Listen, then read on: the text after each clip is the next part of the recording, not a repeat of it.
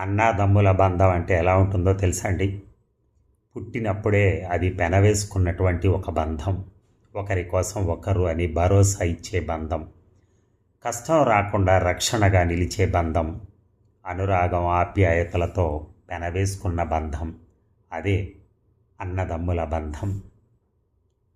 అందుకనే నేను అందరినీ ఒకటే రిక్వెస్ట్ చేస్తున్నాను.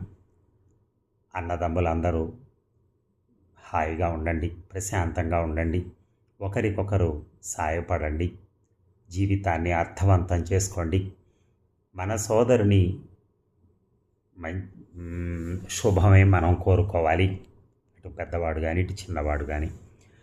ఈ విధంగా ముందుకెళ్ళినట్టయితే అన్నదమ్ముల అనుబంధం కూడా అందరూ అన్నదమ్ములు కానీ తల్లిదండ్రులు కానీ భార్యాభర్తలు కానీ అందరూ ఆనందంగా ఉంటారు.